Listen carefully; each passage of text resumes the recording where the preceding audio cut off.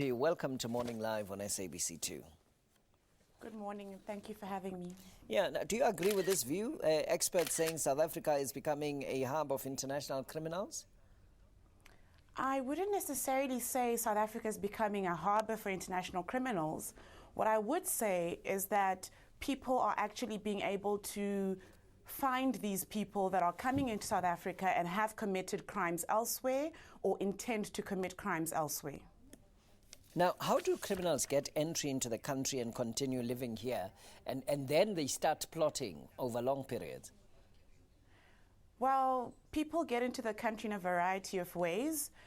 Some individuals using, for example, Henry Okah, who was convicted in January for acts of terrorism in Nigeria. He was actually living legally in South Africa. He had a house in Basania and had businesses in South Africa. So he came into the country legally.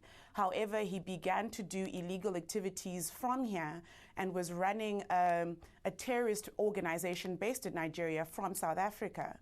With the 19 people accused of trying to usurp the government in the DRC, a lot of those people were also here legally. So it's not so much that a person comes here as a criminal, but some people may join together and form a criminal organization, or depending on the situation back in their countries, may choose to initiate a rebellion based on the fact that they have a community here that allows for them to voice their opinions outside of their country. What does this mean, though? I mean, people looking to set up shop in another country to plot to oust their own government. I mean, we've been monitoring over the last 15, 20 years a process of democratization on the African continent. Why is it still difficult for people to accept that the leadership in power may be the leadership that has been chosen by the people, even though they themselves may not necessarily like it? Oftentimes that may not actually be the case. You have, for example, in the DRC, there was a contested election and a number of people were disgruntled. It's not only this group of people who are actually not from the M23, but are allegedly from another smaller rebel movement, which is a union for nationalists for renewal. So it's a group of people who do not necessarily think that the government in power was elected properly. And perhaps in their countries, they are unable to express their views in a way that is open, as they can probably do in South Africa. But that's always the case, isn't it? There'll always be a group of people, a pocket of people who think that some process, some ballot box, some forms in some places may have been stuffed or something. There'll always be that speculation. But why is it that in the main, generally, some people just find it difficult to accept that, okay, process is done, whatever has happened has happened. It's time now to move on, regroup, and perhaps just rebase ourselves and find a way to address the new dispensation in an acceptable way. I mean, I think in the DRC, Etienne Tshisekedi has been in the running for high political office. I don't know, this is perhaps the third or fourth president of the DRC that he has challenged, and he has not been successful. And yet he stayed there, and he seems to find a way to accept perhaps the outcome that's not favorable to him.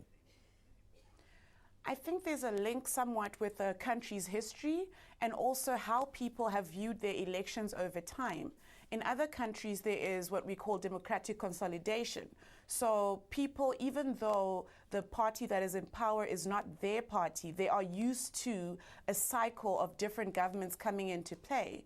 Whereas with some countries, you have essentially the same government still in power, and there are a lot of pockets within that society who disagree with the current and the past governments and have no other way of expressing them. Perhaps they think that the ballot is not working for them. I wouldn't know. Yeah.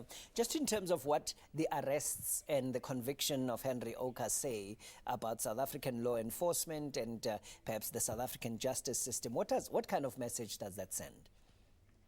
It sends a very strong and very clear message that when someone commits a crime outside the country, because South Africa's laws, South Africa's terrorism laws provide for a form of universal jurisdiction that allows them to prosecute someone who is not South African, who has not committed crimes in South Africa, but finds themselves in South Africa, that shows that South Africa is not going to be a safe haven for criminals anymore.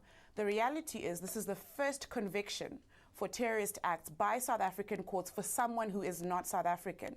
So it's quite monumental. I think going forward, we may have more of these cases. All right. Thank you very much for joining us. Ottilia Maunganidze is a researcher at the Institute for Security Studies. Thank you for your time.